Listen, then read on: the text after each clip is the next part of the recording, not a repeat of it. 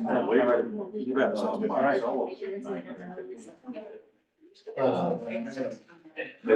Stay on tap and die on it. Yeah,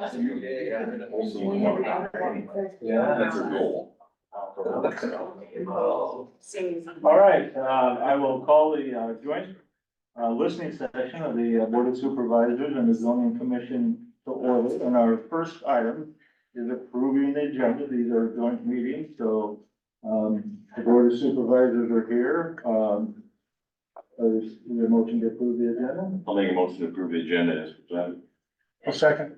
Then moved by Supervisor Jorgensen, and second by Kiefer to approve the agenda. Those in favor say aye. Aye. Motion carried. I'll turn the meeting over to Chair Dean Jaden to, approve the agenda for the zoning commission. You see the agenda as printed. Is there a motion by our board to approve the agenda? Also moved. I'll second. Moved and seconded to approve the agenda as printed. Is there any other discussion? If not, all those in favor say aye. Aye. Motion carried. Well, all members of the Board of Supervisors, the zoning commissioner are here. Turn the meeting to John Robbins. I am John Robbins, so I am with North Iowa Area Council of Governments, and some of you might have heard my spiel already. Also known as NIACOG, so NIACOG, we're an intergovernmental organization, which we serve an 8-county area. Another term you might hear is regional planning agency, but we assist all our member counties and cities with various things like zoning, grant writing, comprehensive plan, and we also run the Region 2 transit system. So if you see our buses around Mason City and throughout the 8-county region, that's us. Appreciate you all coming here. So tonight's purpose is to gather comments, concerns, support, and you can also ask questions if you'd like about what goes into an ordinance. We'll do our best to try to answer those. We don't have all the answers. We haven't made any decisions as far as what's going to go in the ordinance. There are certain things that will definitely go in the ordinance, such as protecting our roads and different things like that. But we're kind of in a study phase, gathering input phase. So tonight's just dedicated to listening to the public, and taking your questions, those kind of things. And so basically, we'll be here as long as, reasonable. So, we, obviously we have a lot of people here, so, we just asked to kind of keep it to a reasonable time. In the notice, we did say 5 minutes, but I think we can be a little lenient with that. So please, feel free to let us know what's on your mind, questions you have, those sorts of things. So with that, I'll just kind of open it to the floor, and, tonight, just please raise your hand, and then please state your name, just for the record, we're keeping minutes and that sort of thing for the record. Other than that, and I know, we have some, tech stuff like videos that people wish to see, and, not sure when we plan on doing that, Mark. But, I guess you'll let me know on that, or should we start with that maybe? Okay, that's a good point to bring up. That was a request that I got, to play a video, about wind turbines. And, we've kind of been operating under this 5-minute rule for public comment. And so, it was a request that, several Floyd County residents had, that they would yield their 5 minutes if we would show this video. We're here for a listening post. I think if 4 or 5 members of the public want to show a video dealing with wind turbine sightings, that's what this meeting is about. So I have no problem with that, but I'm just one member. I'm gonna ask the other board members and the zoning commission if that's something you'd like to. I have not seen the entire video. I saw some of it. It certainly pertains to the topic at hand, and I think it raises some issues that would provide for additional comments from the public. So I'm okay with this. Yeah, I'm good with that. Would they need to yield their time? Kind of. Okay, It would be best, you know, because it kind of exceeds that 5-minute rule. okay, I know conversely, we run these meetings pretty open. We've had an awful lot of comments from our wind turbine companies, but primarily that's what the last meeting was, so I see no problem with having a time period allotted for people who might have some concerns that might bring up some of the issues that are on people's minds, so. Supervisor Kiefer, what do you think? I'm certainly okay with it. Dean? I'll ask my commission the same thing, if there's a definite yay or a nay, or, please speak forward. I'd like to, go ahead. About how long is it? 20 minutes, an hour? I don't know, 20 minutes, I believe. 23, almost 20 24 minutes, minutes. 15 or 20 minutes. 20, I think. About 24. 24, okay. I would like to see it, but I wonder if we should take questions first, or and then play it, or play it and then take questions. No. Point stimulate question. Good work. For the sake, I want everybody, there's quite a few new faces here. I'd like to introduce the commission here. On the far right, me, Guy Carpenter, and then Pam Murphy Lyons, Christy Brandell Larson, and on my left is Ben Ronnehouse, and myself, Dean Jaden. So, just wanted to make sure that everyone knows who we are. With that, proceed. All right, Alderman Carr, you have that? Politicians Okay, all in right, both here we go. parties have spent Okay, I'll decades make one. pushing wind energy as a way to Not coming produce out there, power is it? without fossil fuels. They spent tens of billions in tax dollars propping up wind projects that wouldn't work without federal subsidies. In the process, they've destroyed some of the most beautiful places in this country with ugly, noisy turbines. Look at this shit. They've degraded our power grid. They've triggered power outages and blackouts Is there any that way we have can killed turn the Americans. volume on? People that have had no electricity for 13 hours. They did all It of says this that to enrich the most projectors powerful don't people in support the country. movie. They did it at the expense of the most vulnerable. We spent the last year traveling the United States I to think this- identify the real costs of wind power. This is what we found. Well, the number one rule of wind development is this, it's the Can anyone hear Starbucks this? set. Or- Every time you sign a wind project. Let's stop it and see miles what, of Starbucks coffee If shop. there's some way we Kevin can, Martis lives in Michigan. improve He the spends a lot of his audio. time fighting an If If industrial we have to wind. work on that, The we demographic is maybe willing we'll to go into something else for a while till we get it corrected. and resist irresponsible wind projects. We met him at this wind farm in southern Michigan, which by the way is a 31-minute drive from the nearest Starbucks. People who look at some of these wind proposals figure out. Politicians in both parties have spent decades pushing wind energy as a way to produce power without fossil fuels. They spent tens of billions in tax dollars propping up wind projects that wouldn't work without federal subsidies. In the process, they've destroyed some of the most beautiful places in this country with ugly, noisy turbines. Look at this shit. They've degraded our power grid. They've triggered power outages and blackouts that have killed Americans. These are people that have had no electricity for 13 hours. They did all of this to enrich the most powerful people in the country, and they did it at the expense of the most vulnerable. We spent the last year traveling the United States to identify the real costs of wind power. This is what we found. Well, the number one rule of wind development is this, it's the Starbucks rule, which says, never try and site a wind project within 30 miles of a Starbucks coffee shop. Kevin Martis lives in Michigan, where he spends a lot of his time fighting industrial wind projects. The demographic that's willing to pay a premium price for quality coffee is the same demographic that typically has the education and financial wherewithal to organize and resist irresponsible wind projects. We met him at this wind farm in southern Michigan, which by the way is a 31-minute drive from the nearest Starbucks.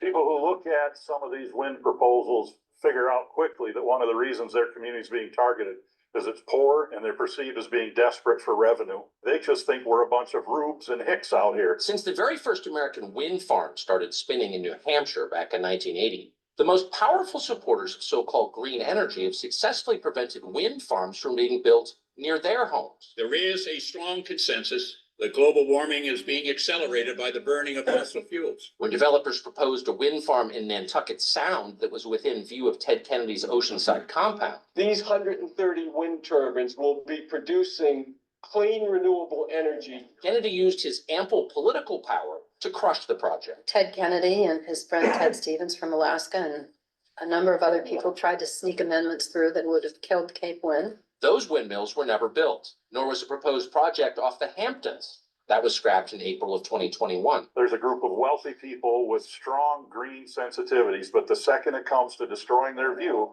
in their cottage country and their fancy compounds, if you will, they will spend any amount of money necessary to protect what's valuable to them.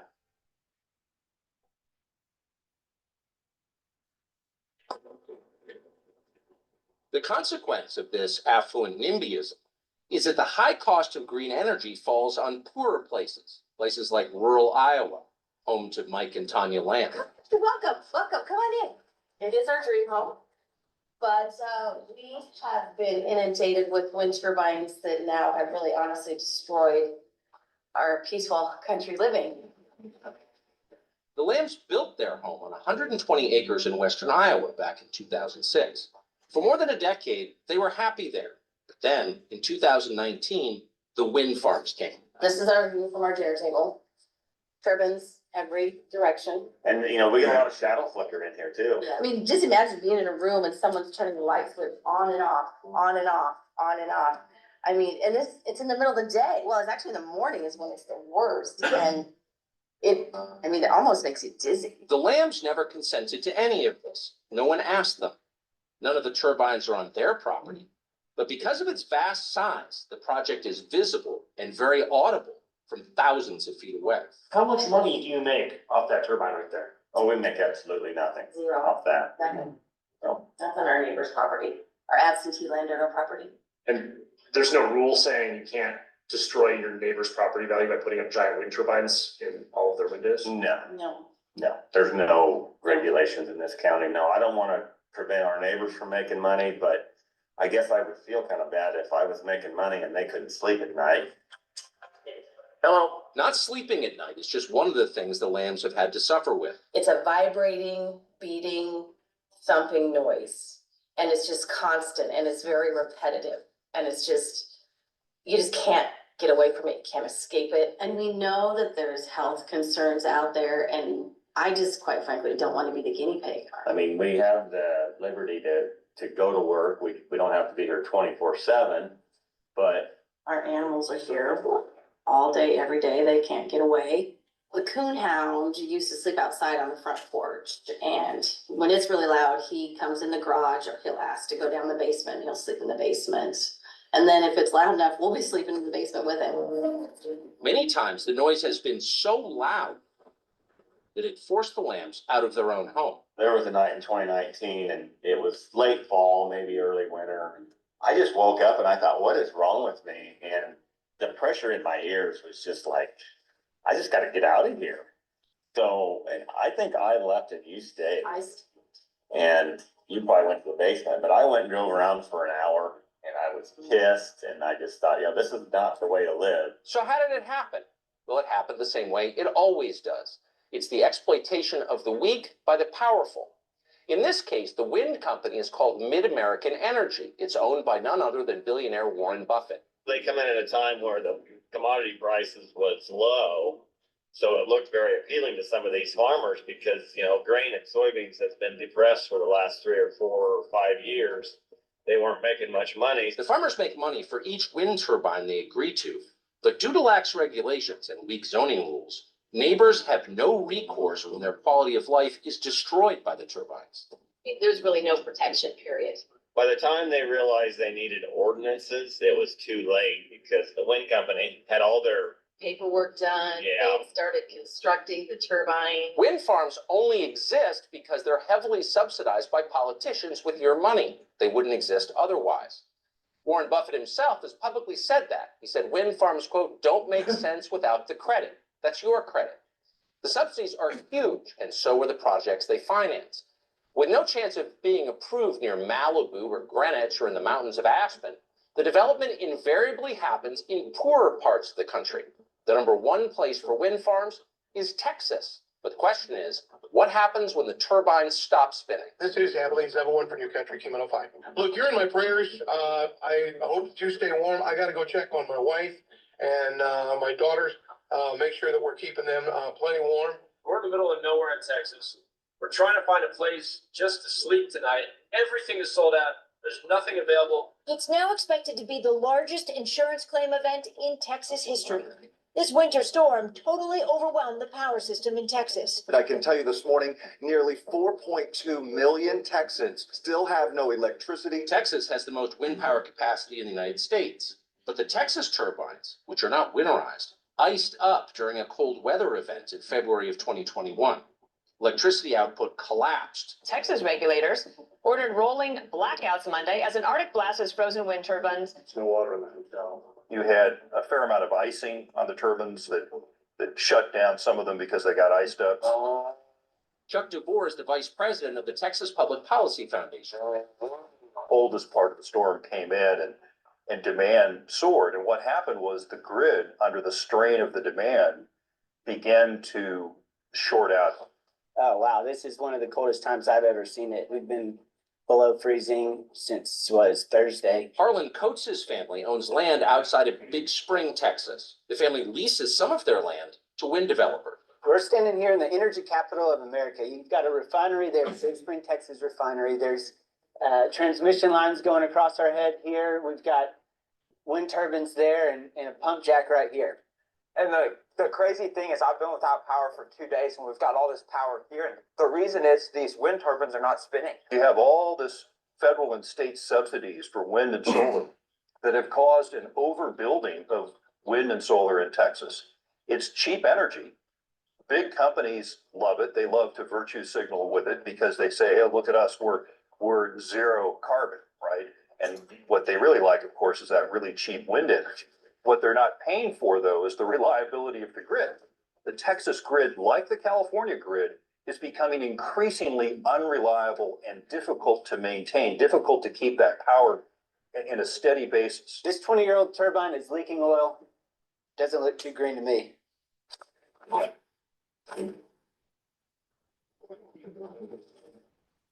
3 months into office, Joe Biden issued permits for a massive wind farm off the coast of Rhode Island, the coast of Massachusetts.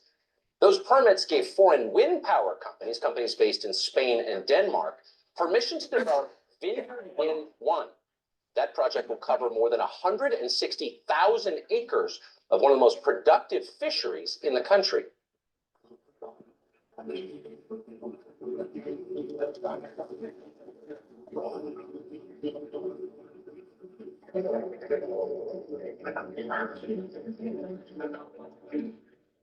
Been running my own boat for 43 years. And I fish from Cape Hatteras to Maine.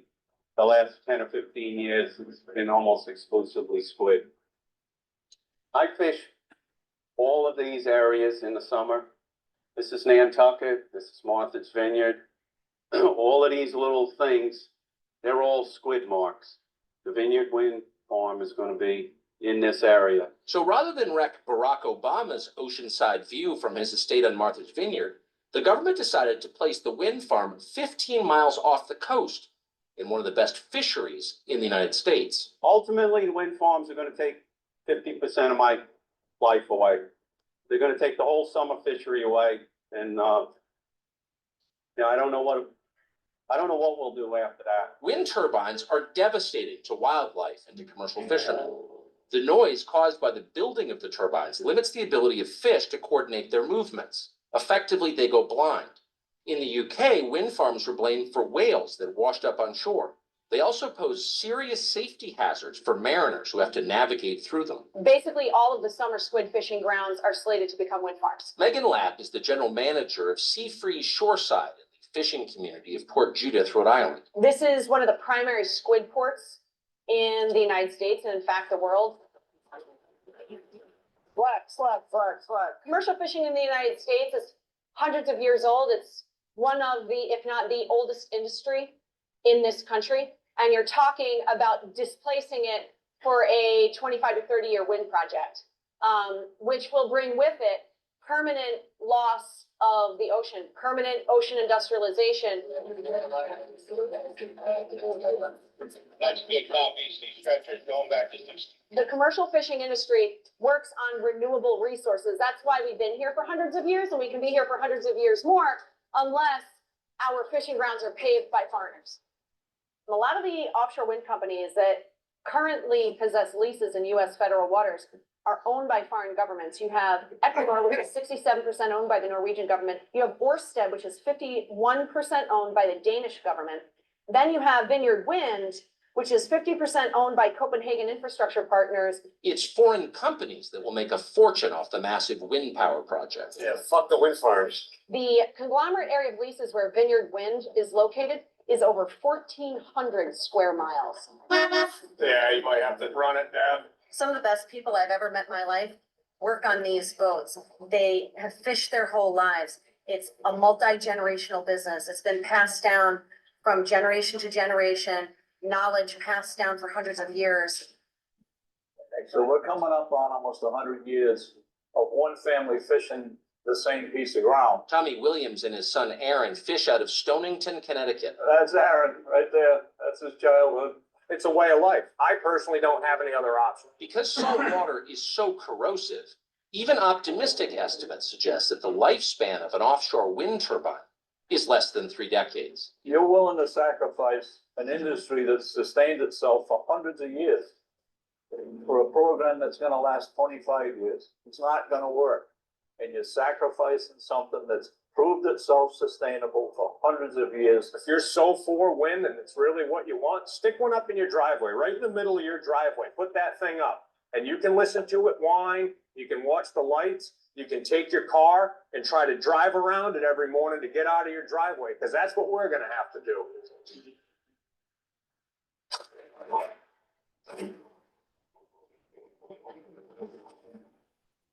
So wind projects don't just destroy rural America and the power grid that sustains it.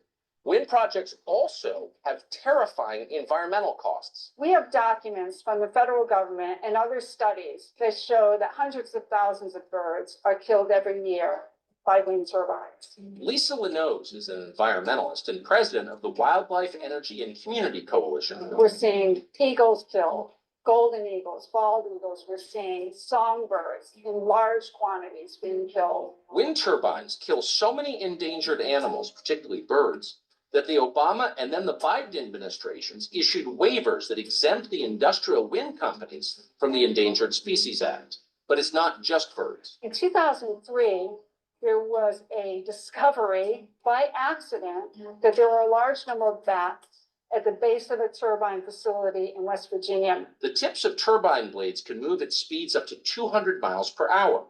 The pressure vortexes they create cause bats' lungs to explode in midair. It is such a serious problem. Bats that were had large populations are now quickly moving into the territory of extinction. Our ecosystem depends on bats. Our farming depends on bats. Thanks to the environmental destruction of wind turbine farms, the California condor and the North Atlantic right whale and many other species could face extinction.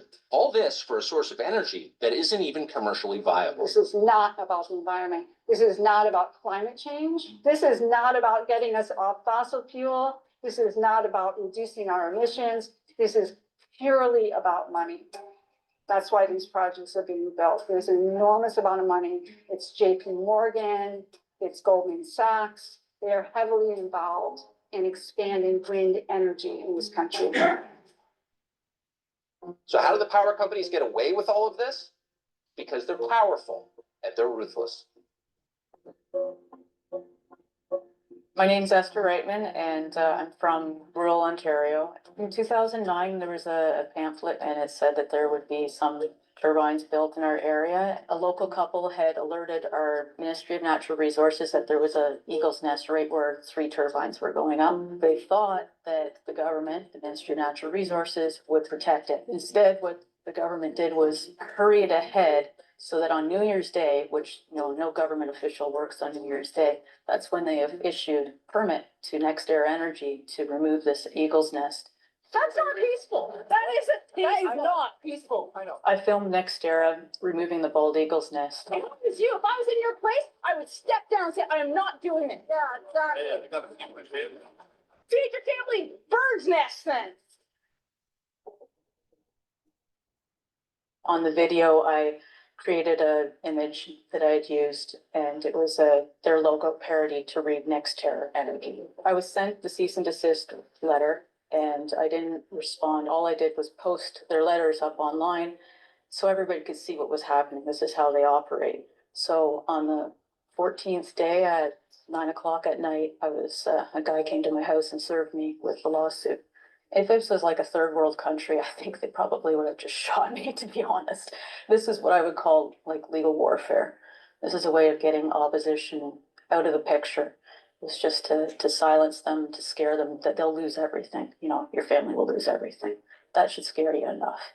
The lawsuit actually said that they would take absolutely everything I had and donate it to United Way.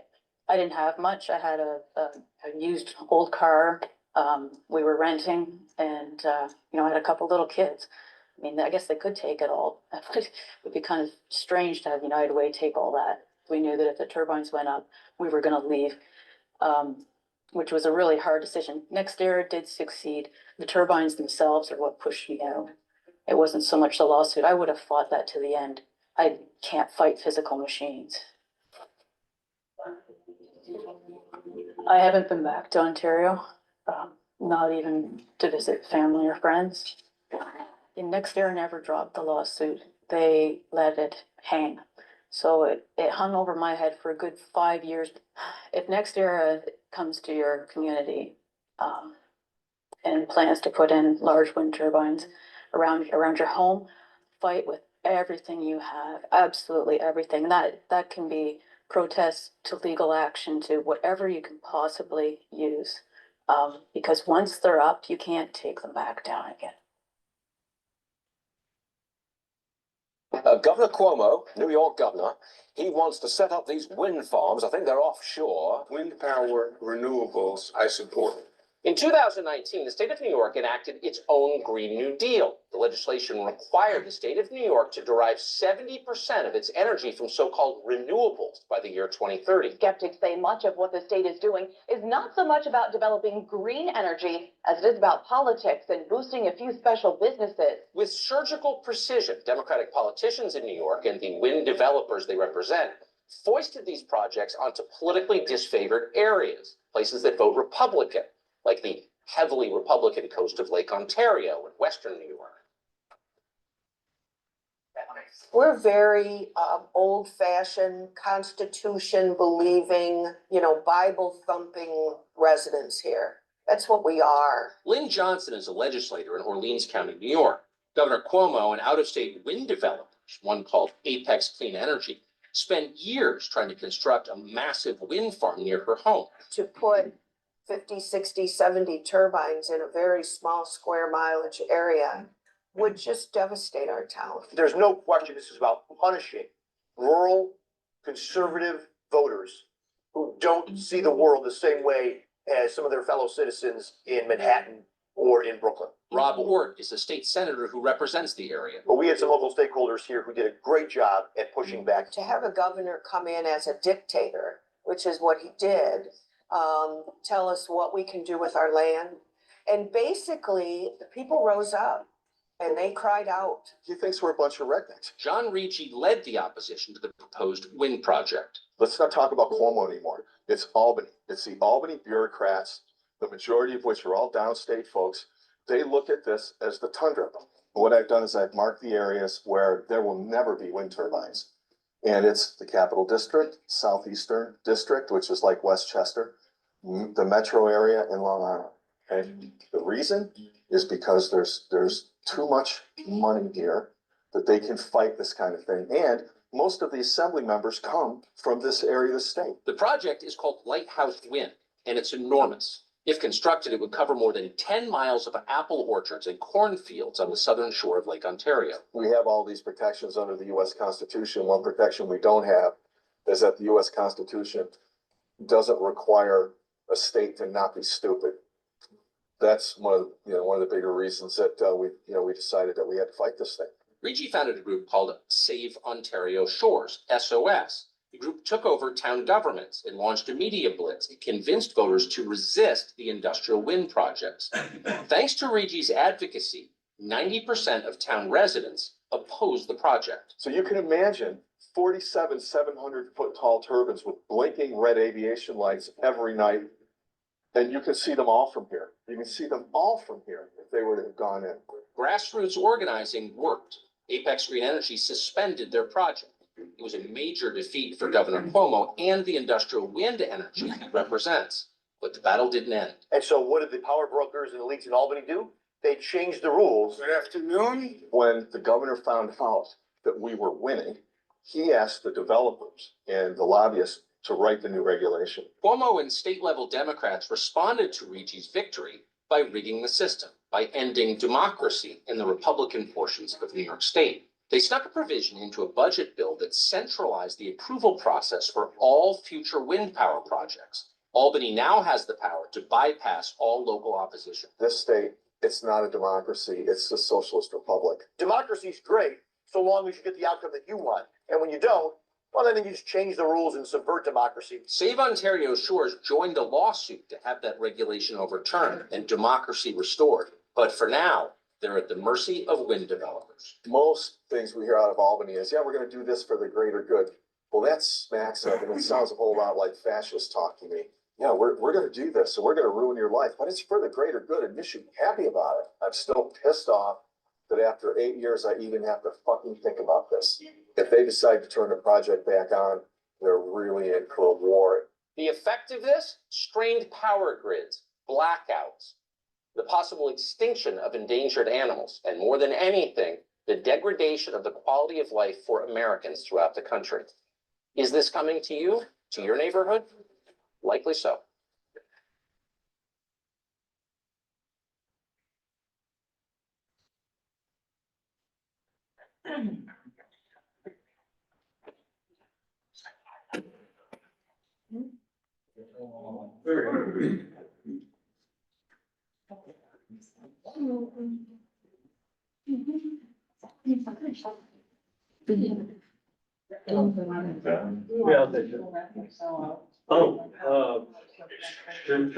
Sure.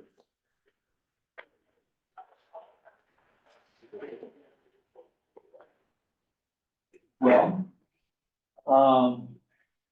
that was quite a commentary.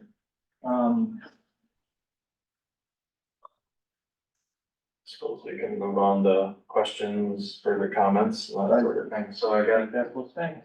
so as before, feel free to raise your hand. We'll call on you. Please state your name and, go from there.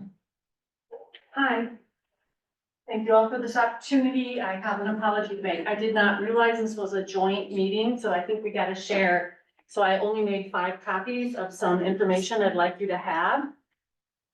Please, state your name. and Yes, where my you're name from. is Julie, last name is Kuntz, Kuntz. I lived for 40 years in, North County, and I now live in Saragordo County. And I do believe I have my time and then a couple extras have donated their time. I'm gonna look at my clock now and do the very best I can. Well, we'll do you 5 minutes, because we've already donated some others' time for the video. So I think that's the rule that we'll put by. That sound good? I mean, I don't know, what you guys, they donating another person's time, we already done that to show the video, so. Okay. Appreciate your comments, Okay. yeah, 5 minutes. Wow. So why am I here? That's a good question. You could call it coincidence, karma, the hand of God, or maybe my dad, Bob Harmon, just saying, Julie, you go talk to those fine people. So back in 2018, myself and a group of, well, actually, I'm gonna start out with this, which is the Charles City Press Citizen. So I was at my mother-in-law's at the nursing home, and she happened upon this. And this is when I believe somebody from Mid-American and Alliant Energy came and talked. Justin Foss is reported here to have said that. So when you think about an ordinance for Floyd County, as you heard from Will, there are many agents that it is their job to make sure to protect the environment make sure to protect the power grid, make sure to protect other things. Your ordinance don't need to talk about protecting eagles because the U.S. Fish and Wildlife Services does that. I do not agree. If you open up your little package, you will see the first handout there is the U.S. Fish and Wildlife Service land-based wind energy guidelines. I note to you, those are guidelines. Those are not regulations. And if you look at the executive summary of that, these voluntary guidelines provide a structured scientific process. They promote effective communication among wind energy developers, federal, state, and local conservation agencies and tribes, when used in concert with appropriate regulatory tools. That's you guys. The guidelines form the best practical approach. So I'd like to go on further and say, back in 2018, myself and a group of neighbors contacted the DNR to learn about the regulations on industrial wind. If you look at your next handout there, you should see the Iowa DNR letter I have handed out. In paragraph 1, it states, there are currently no state regulations governing wind energy development. So our recommendations for avoiding wildlife and other natural resources conflicts is just that, recommendations. The letter does go on to summarize the review process. Now, at the time, a wind developer was aggressively seeking easements for wind turbines in the northwest section of Worth County. This is a very unique area. It contains a number of wildlife areas, including Silver Lake, Rice Lake, Four Prairie, Pothole Joint Ventures, Five-Balled Eagle's Nest, and the Sand Hill population.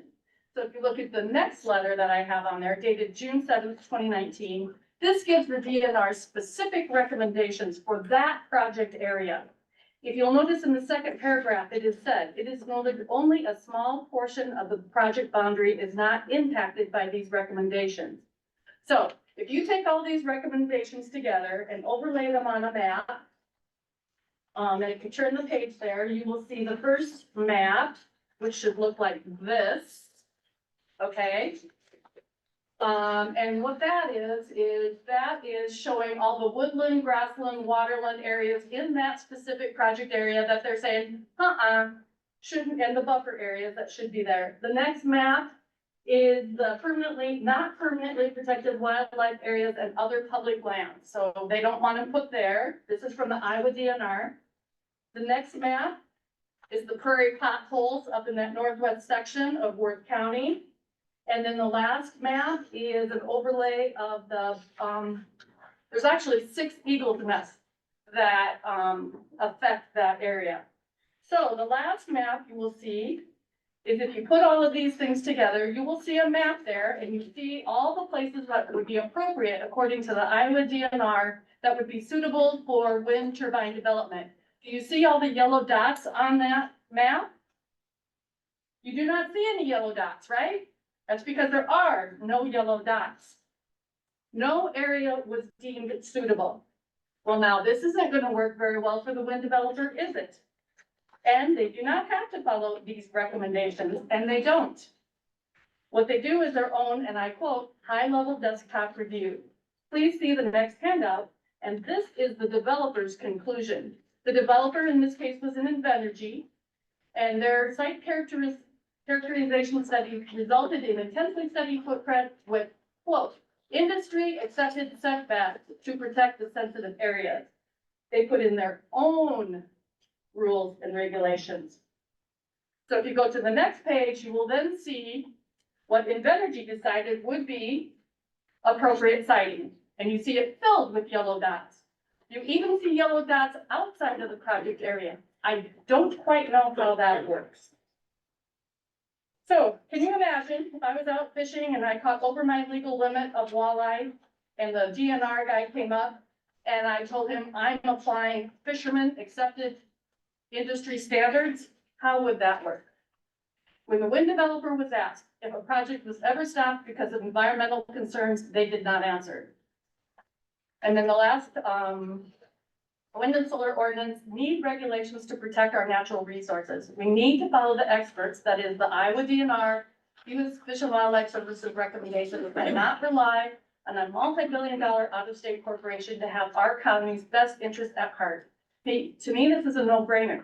include the DNR recommendations as part of the wind and solar ordinances. So what they were talking about on the video is these companies have to get what is called an Eagle take permit. And they have to go through all of these studies and all of this kind of stuff. They don't have to follow them.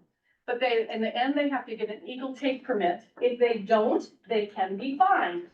And Terra Energy was fined a lot out in Wyoming because they didn't go through all the right processes and get their quote, their Eagle take permit.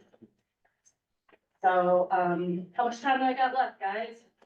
Actually, you're a little over, Julie, but Okay. we let you go on. Are you Okay. being? And I'll just do the highlights and then I appreciate that. So I Alright. took like 50 miles to come here, so, I've done a lot of research on this. I would like to give to you guys, a group of us in Sarasota County got together. It was 50 farmers sitting in Joe McGrath's shed. And then we got together and put together some things we'd like to see in an ordinance. I'd like to be able to give that to you and have the rationale of all the links to all of this stuff. So I'd like to be able to do that. As far as setbacks, the only thing I would say on that is, all landowners have a right to the enjoyment and use of their property, but their property ends at their property line. I really feel strongly that the setbacks for noise and shadow flicker and for safety reasons need to be at the property line. So, there is in your next page, there's a thing called trespass zoning. So this was actually coined and came up with Kevin Martis, who happened to be in that video there. So,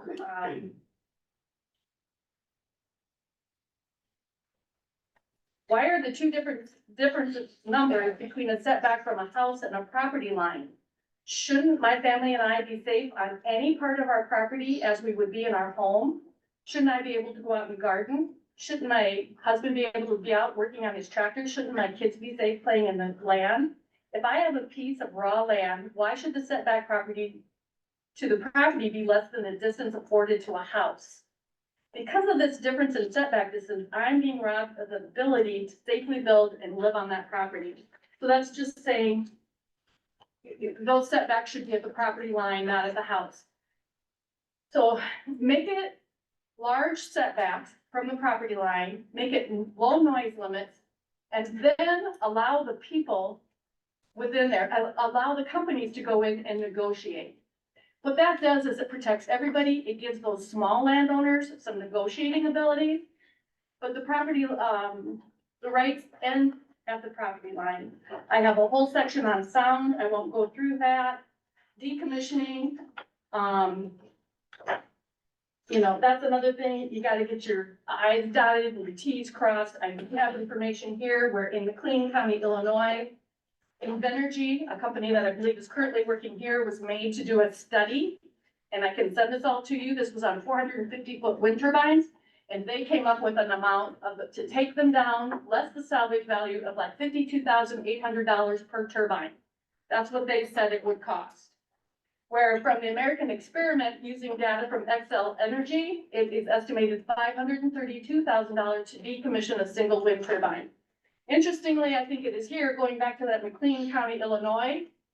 Okay, the Invenergy project was sold out to another company, and now you got McLean County trying to get their money from the decommissioning. So who's to say after this number of years, what I saw in the contract that was, the easement that was offered me, it was not until 15 years that these companies would put in money, and it would be the amount that they said it would be to decommission the turbine. So I'm saying, get this amount, third-party people, get two things, put a, average together and make that money be done up front. A lot of other things such as shadow flicker should be zero. Fire suppression systems. Fires are real. They are not rare. I think we've had 3 in Worth County in the last 4 years. I've witnessed 2 of them.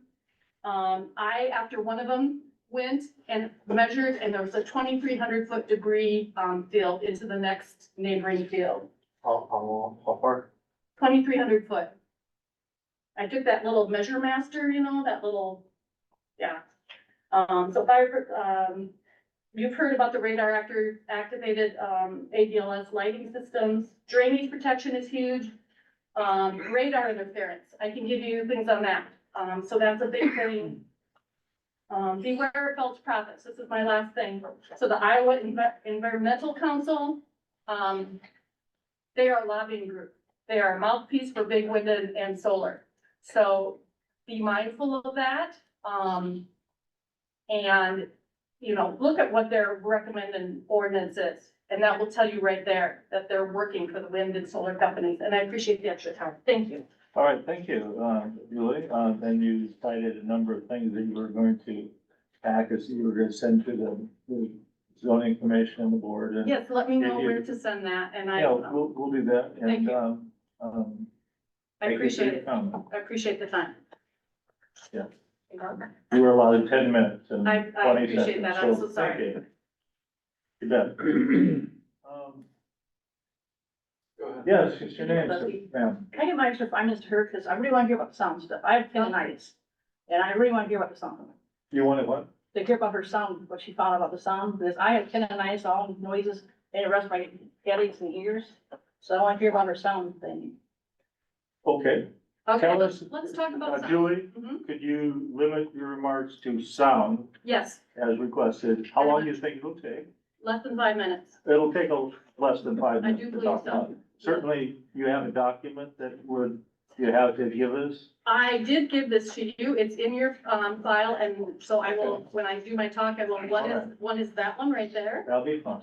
and then one is what is I the just decibel want scale. you all to be respectful of our Okay. time limits. I We're understand. exceeding them because we want to hear your remarks. However, let's be respectful of each other.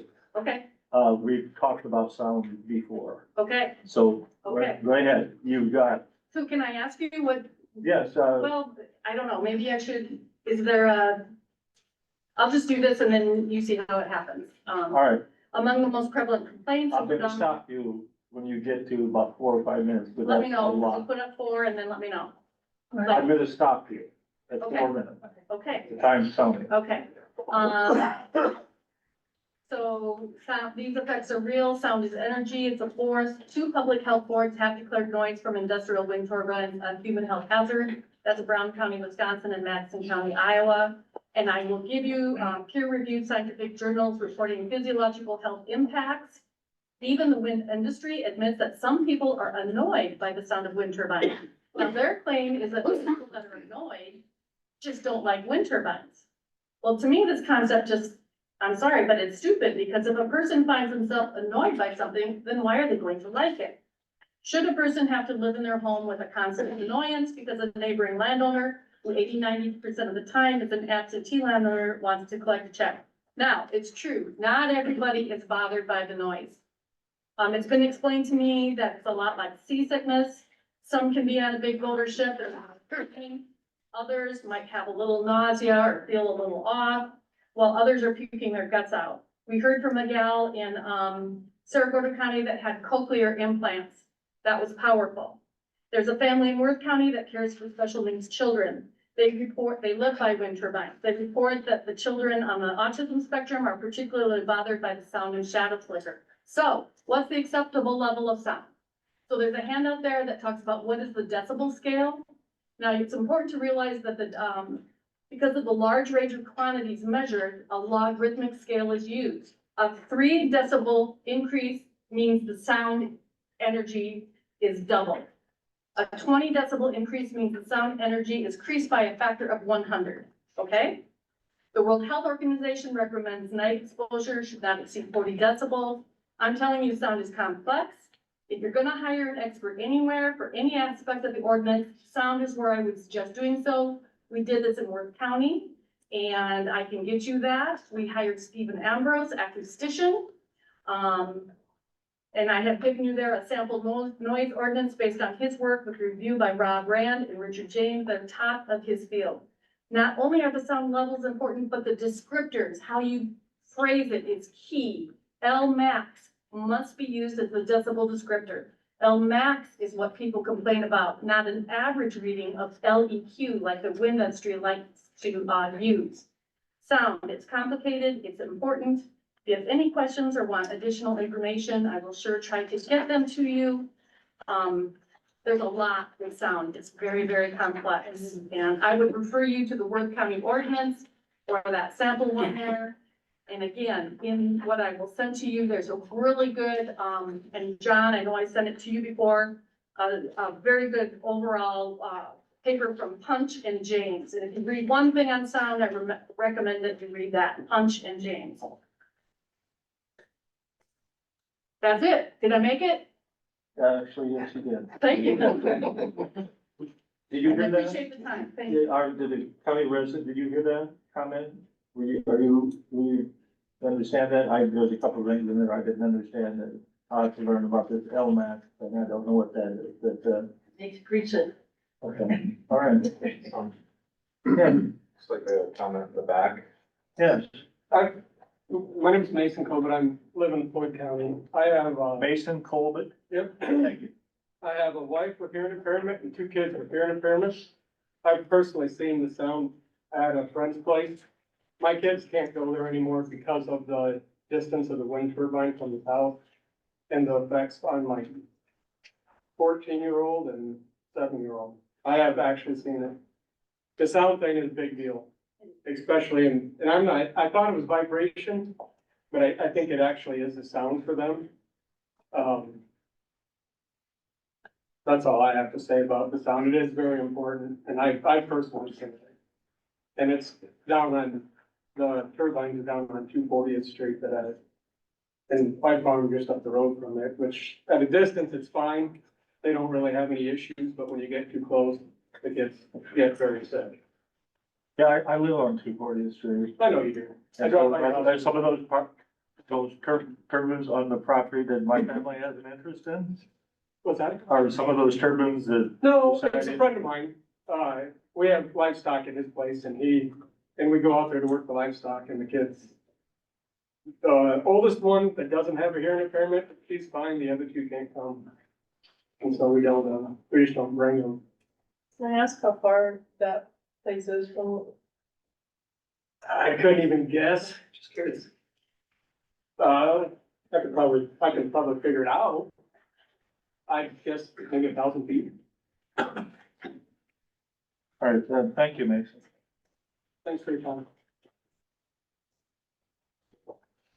Other comments?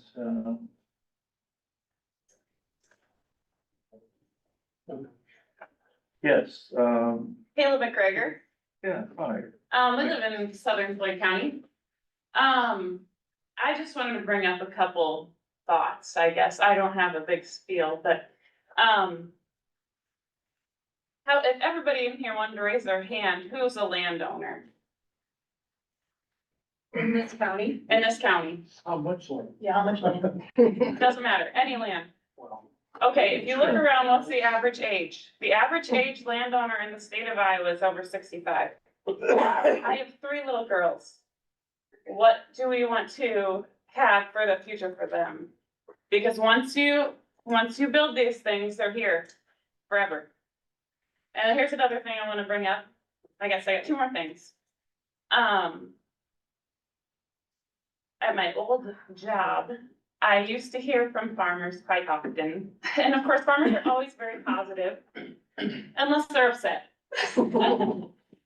And once you decide you want to do wind turbines, that's fine, but they go across everything. Wind turbines for maintenance, they don't turn, they go across your CRP, they go through the waterway you just spent $10,000 to reshape, they take out trees, they take out fence lines that your grandpa built. They go wherever they want to go. So just want to put that out there. And I heard that from a lot of people. And there was also people who complained about prices and things like that. So make sure whenever they decide to do this, that you get whatever price you're comfortable with. But remember that you might not be here forever because the average landowner is over 65.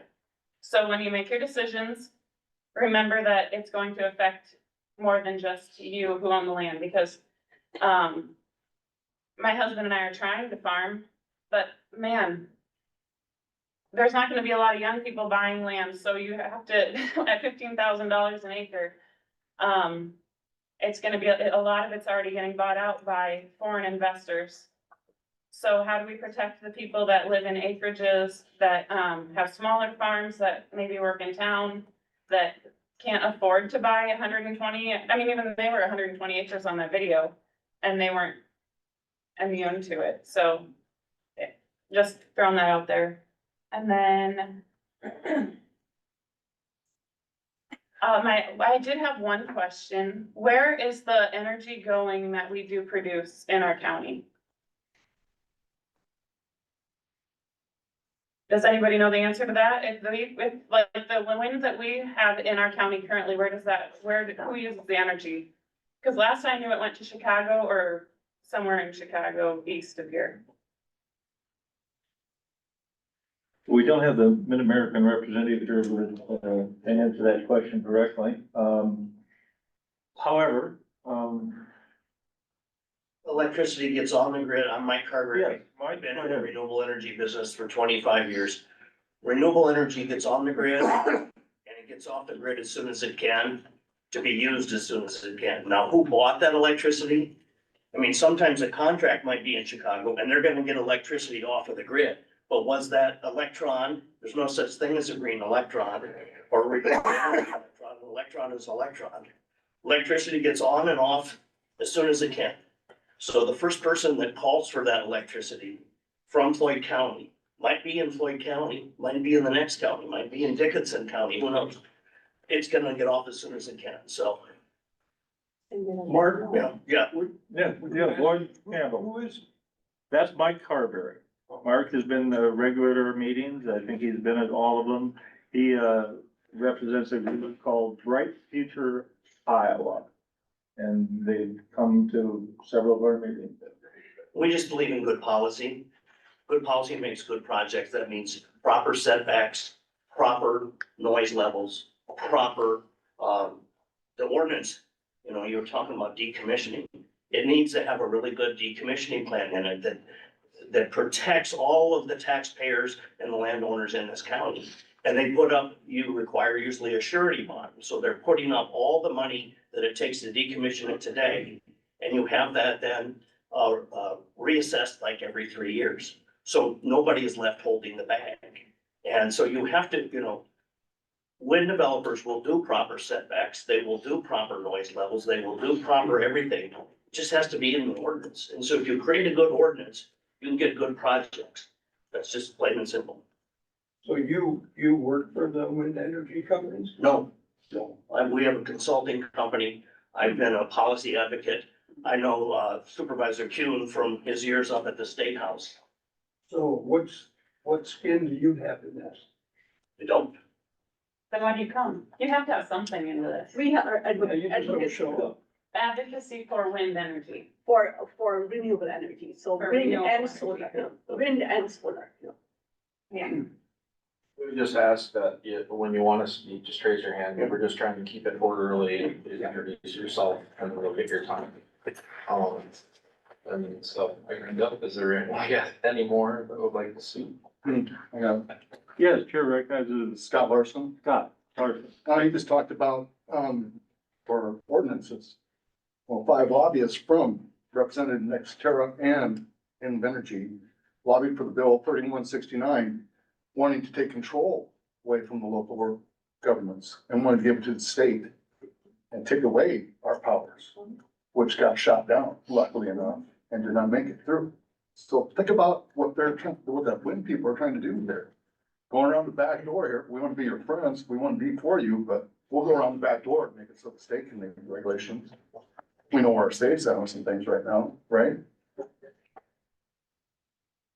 Observation. Is that a reference to a piece of legislation that was being considered in the Yes. Iowa legislature this year? Yeah, taking away your powers as Board of Commissioners for the ordinances and Yeah, there was, he's right, yeah, there was a proposed, I don't know, Scott's or something like that, but, there's a proposed, I don't know that it would strip all power from local jurisdictions, but it did set certain like maximum setbacks from like a residence, decommissioning plans and things like that, touched a lot of different, elements, that, we've talked about, or various workshops, listening sessions, but it didn't get past committee. Thank goodness. He got on a subcommittee, talked to Wayland Brown, he said it's dead. It only allowed a 120-day moratorium, I believe, that was all, there were a number of very concerning things. I read it, didn't, feel it was not a good bill. And so I'll just want to comment a little bit about why we are here. Because we are trying to craft an ordinance. And we have a moratorium on large scale wind development until that time that we can craft an ordinance that promotes the wind turbine energy, which this board still believes is a positive thing for reasons, and yet protects our agricultural base and provides for opportunities for people living next to them, so they're not negatively affected, as what was stated, by, Mike Carberry, who I've known since I was in the legislature. He's also a former supervisor.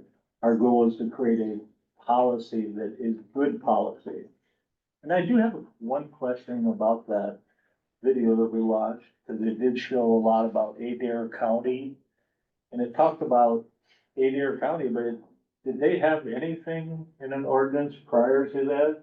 Or was that, it sounded like there wasn't any ordinance in effect at all until, and that's why those turbines were allowed to build there. I'm not specifically familiar with their requirements, but, it didn't sound like we may have, I'm not even, I'd have to, I did write that actually down as an example to look up, but it seems like we have a comment possibly pertaining to that. Yeah, my name's Jeff Bull, I'm from Worth County, I'm on the zoning commission, there in Worth County. I know a few years ago, Adair County did not have a wind ordinance at the time, I think these are the kinds of things that precipitated it. Likewise, in Worth County, we didn't have countywide zoning or a wind ordinance, until we had a project that came in and just abused everything. Which, so we now have countywide zoning and a wind ordinance. And I just want to comment on that, bill that was talked about. It was Senate Study Bill 3619. And that bill did set, guidelines for wind siting in Iowa. And, the text of it, if it had gone through, the text of it said that counties could not establish any ordinance that was stricter than what was articulated in that, Senate Study Bill 3616. As you're looking at your ordinance, I would suggest that you look at sound, flicker, and safety, those are different things. There's been a fair bit of discussion on sound, but one thing I didn't hear is the recommendation to use the sound measure of dBc versus dBA. If you do some research on it, you'll find out that dBc more closely matches what humans hear. And so it treats the loudness of frequencies at all levels, high frequencies and low frequencies. And in particular, it's the low frequencies that are causing the problem that this gentleman talked about with his children, with the hearing impairment. It's those low frequencies that are actually below our human hearing threshold. So we don't necessarily hear them, we feel them. And that's why some people get nauseous and their head just feels a lot of pressure. It's because those sound waves are there, but they can't be heard. And that's another reason why you want to use the dBc versus dBA level. Shadow flicker is pretty simple. They know where the turbines are. We know where the sun comes up every day. We know where it sets every day. It's very easy to quiet the turbines for the 20 or 30 minutes, 50 some odd times a year that flicker would otherwise happen on people's homes. The lights, you've heard that the radar enabled lights will keep the lights off until the radar detects aircraft within a certain distance. That helps a lot of people. The setbacks should really focus on safety. And as Julie mentioned, we've had multiple turbine fires, with our wind turbines in Worth County. We also had another turbine that the blades just fractured in the wind as they were spinning. And it cast things off quite a bit. And speaking of cast off, I can't count the number of turbines that have fluid leakage. So you want to address that in your ordinance as well. And I would suggest, make the rules, protective. But again, put waivers in place, put a mechanism in place whereby landowners, can waive these things. So if the energy company says, look, we'd really like to put a turbine here, but it doesn't meet with the various sound or shadow or what have you, safety setbacks, they can always approach that impacted landowner and, ask that landowner what kind of documentation would be required to have you waive those things. And I think that just, as this gentleman said, it's just extra policy to have those kinds of waivers in place. Okay, just one final comment on the legislature, having served there for 12 years. If I worried about every bill that didn't make it through the funnel and have spent my time talking about that, I'm glad that didn't make it through the funnel, by the way. Right. But it's not really an issue because we're crafting an ordinance and Yes. right now we still have that authority.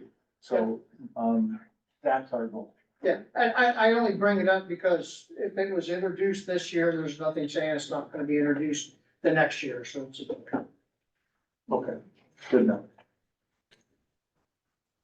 Any other comments, questions? Yes, sir. Ben Sportrock, I guess the question, I mostly have a question. I mean, there's two wind energy companies here that are bidding for basically landowner easements. Is an ordinance able to dictate a division of where one company can build and where another company can or not? Because to me, I see there could be some headaches where, one landowner goes with one company. I mean, you essentially got three companies to include Mid-America. And is that able for the ordinance to dictate where one company can build here, one company can build here, or not? So an ordinance wouldn't dictate to a specific company, but the purpose of an ordinance is to establish rules that apply to all companies, because they're all are gonna be proposing turbines of various sizes. With various setbacks where it has to be at least so far, these are just some common types of setback things, whatever. Again, we haven't made any decisions, we're in a study phase. But like how far it can be from a house, how far it can be from like a non-participating property line, someone that doesn't have an agreement with a particular developer. Grab that. The ordinance purpose would be to establish the rules that each company has to abide by essentially, so. But there's nothing that can stop basically an intermingling of companies where they can, one turbine's on one property and then all around it's another company. Yeah, so each company is gonna have to get, I think probably, it's also regulated by the Iowa Utilities Board, so where they're gonna be unloading the energy they generate, that to get approval, so they don't, mess up your overall grid, basically. So that would be a limiting factor for sure. And then, that there's gonna be other limitations like FCC approvals, they have to do what they call beam path studies, so they are less likely to or not interfere with like radio signals, emergency management, radio signals, different things like that. So there's some limiting factors in that regard that are regulated either federally or at the state level too, so. But as far as our local ordinance, we're not gonna be like, you cannot be in section 3 of this township. No, our ordinance, the ordinance won't do that. Okay. Any other comments or questions? I know we have a few people on the Zoom. Are we able to hear people if they do have questions or comments on the Zoom? Should be able to. I Is there know. anybody on the Zoom that would like to They make? would a comment? just need to unmute themselves. Yeah, just make sure you unmute yourself if you can hear me, if you do. If not, that's fine. Hey everyone, just testing. Hey, just wanted to let you guys know I'm able to hear everything. Can you hear me? Yeah. I'll yep and make sure to identify yourself, please. Isaac. Yeah, it's just Isaac Lampa with Invenergy. I'm the project manager for this project with Invenergy, but just wanted to drop in and say hello. That's all. Appreciate it.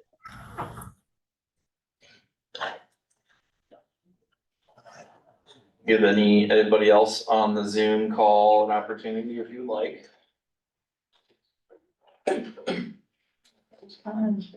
Hi, folks. This is Luke Seberg with Iowa State University Extension and Outreach. I work in the Community and Economic Development Unit of Extension, and I do a lot of land use planning and zoning as part of my role as a field specialist. And each field specialist at ISU Extension is responsible for several counties as sort of the point of contact. And Floyd County is one of the counties that I am the point of contact for. So I just try to make it a point to, whenever there's a land use planning issue that is maybe something that ISU can help out with, I try to make an appearance. So just here to listen and learn. So thanks for having me. And then again, if anybody else on the call, or give you the opportunity as well if you'd like.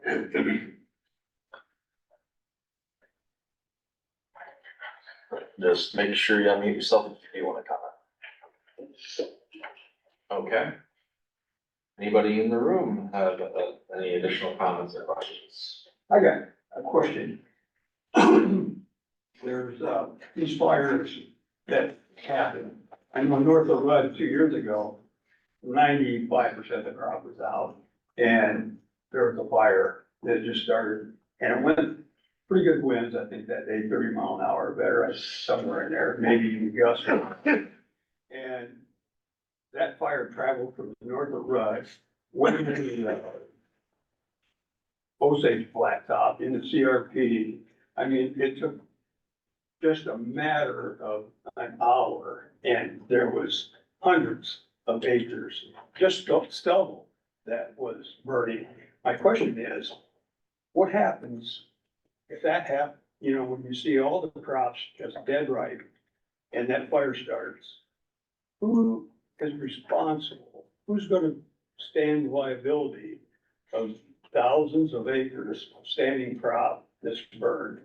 The fire department, I know, because we had Osage, Rudd, North Shot, we had all kinds, and they couldn't stop this thing.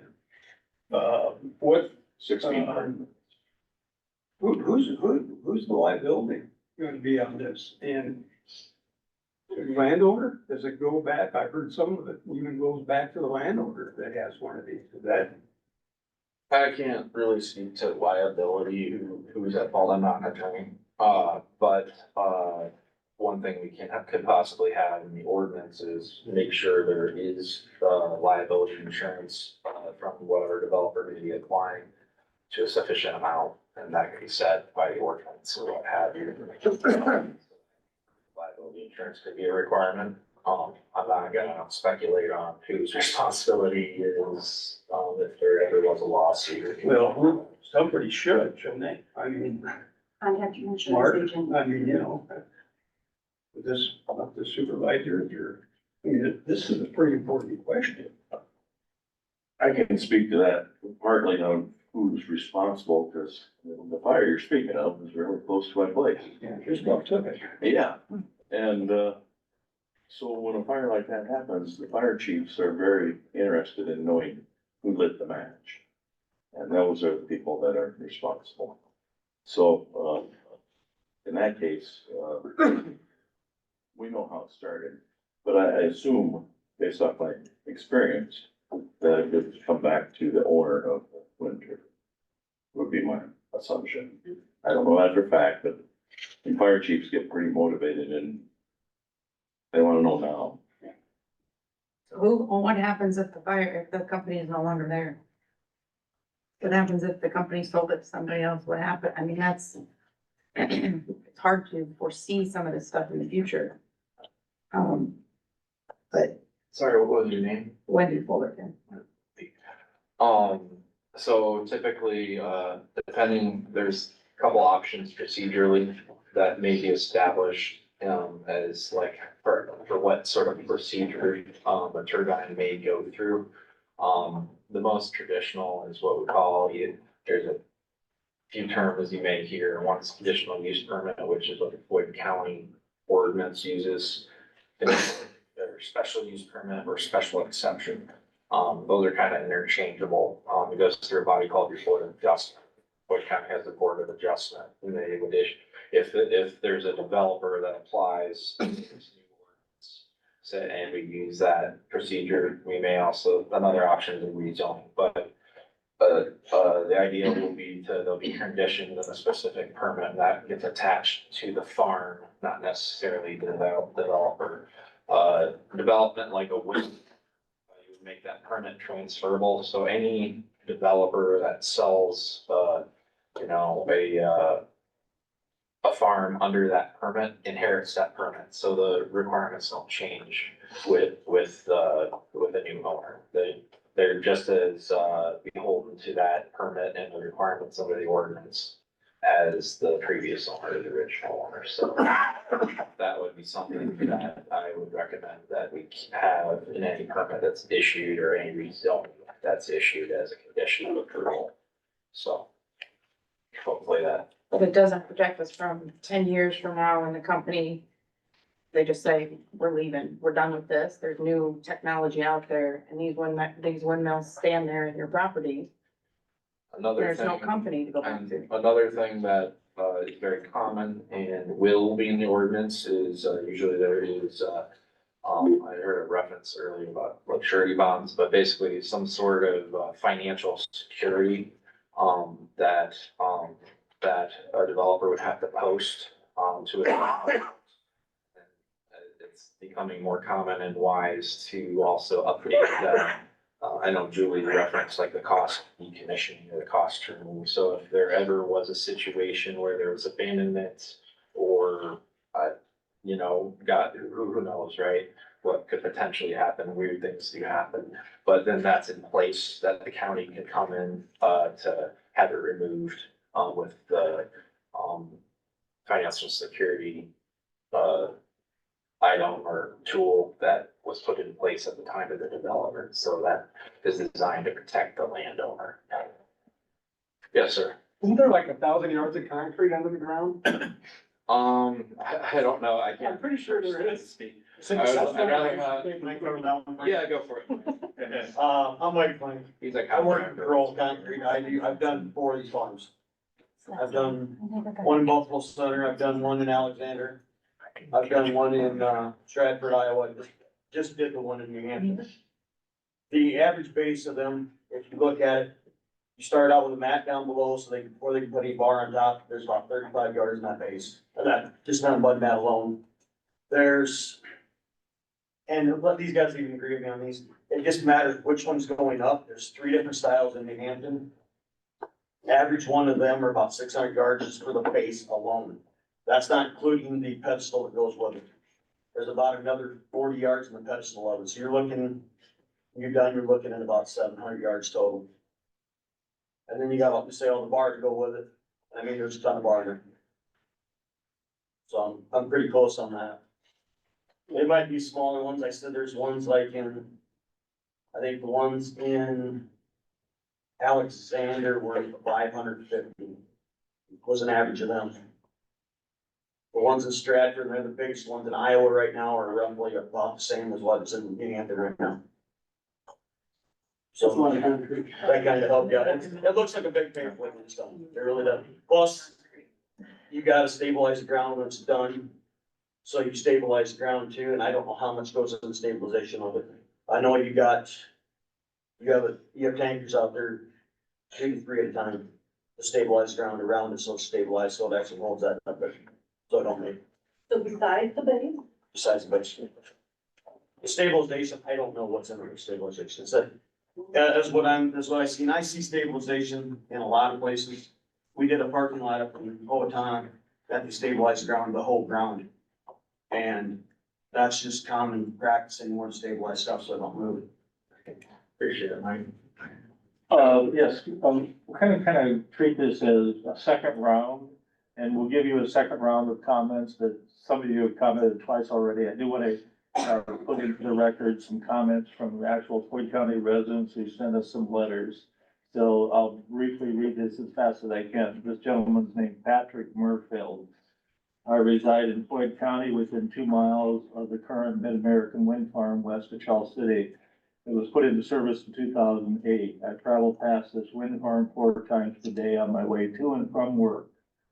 I work within 1 mile of the same wind farm, and I've never had any negative experiences nor observed any negatives, no ill effects due to shadow flicker, no nausea or sleep disorder due to infrasound.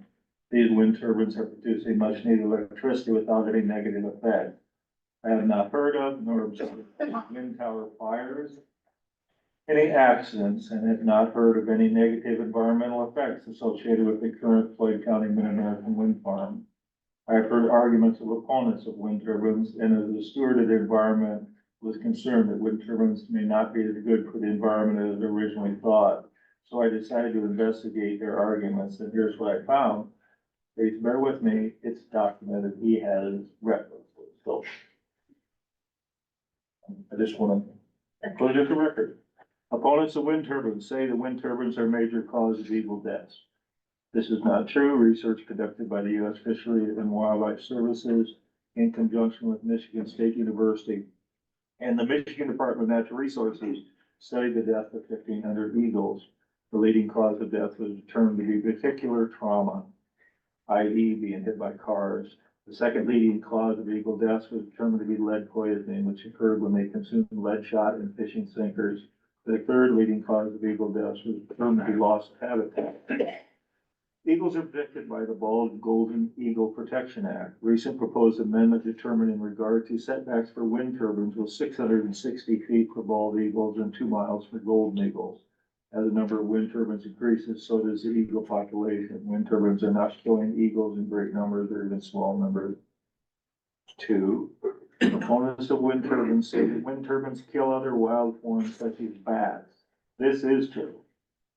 There is no setback that will mitigate this, as research shows that bats may be attracted to the wind turbines. However, studies are currently in place, such as that by Bat Conservation International, that are dedicated to reducing bat deaths by wind turbines through design controls such as frequency emitters in order to mitigate such concern. 3.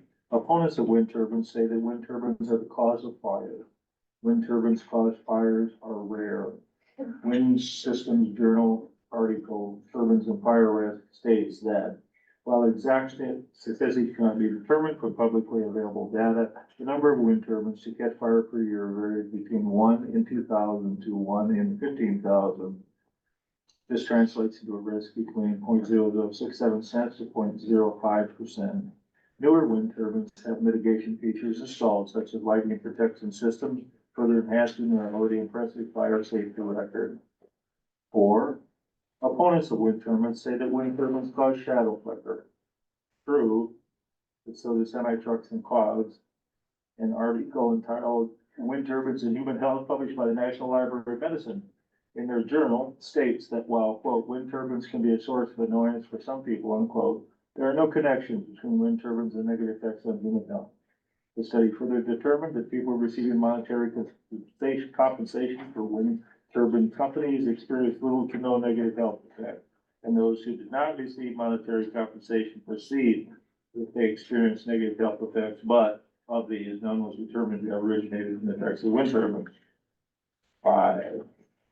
Opponents of wind turbines say that wind turbines generating infrasound is the cause of negative neurological effects on human beings. This is proven to be not true, as published in journals by experts worldwide. The 2 most recent being published in 2021 and 2023. The study addressed the effects of wind turbines and wind turbine noise on autonomic nervous system responses, heart rate variability, and skin conductance. research has conducted. The level of infrasound in that study does not affect perception and annoyances or autonomic nervous system responses. Thermal conditions corresponded acoustically to real wind power plant areas. Furthermore, there are many more sources of infrasound, both natural and man-made. These include lightning, thunder, seismic activity, aircraft, tractors, trucks, combines, and even cars and concerts. Everyone that travels by car or any vehicle is exposed to infrasound. 6. Opponents of wind turbines say that wind turbines survive as a result of shedding. According to the Center for Rural Affairs, they successfully managed.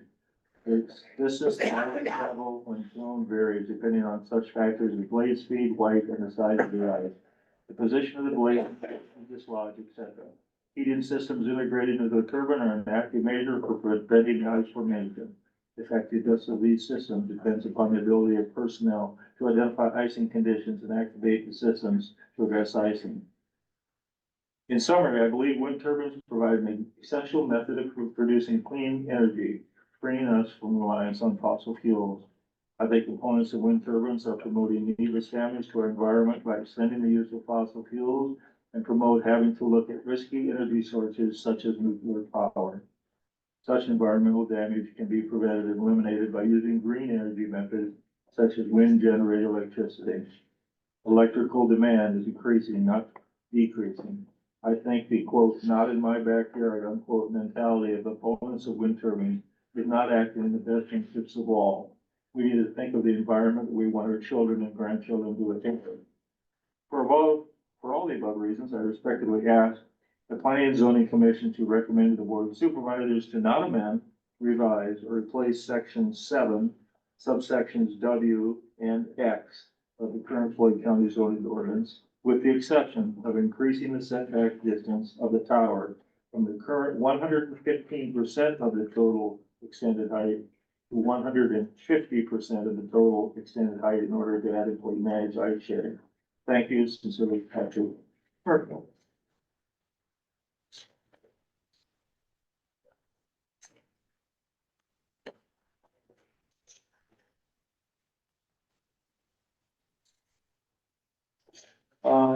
We have comments from people who haven't had the opportunity to comment yet.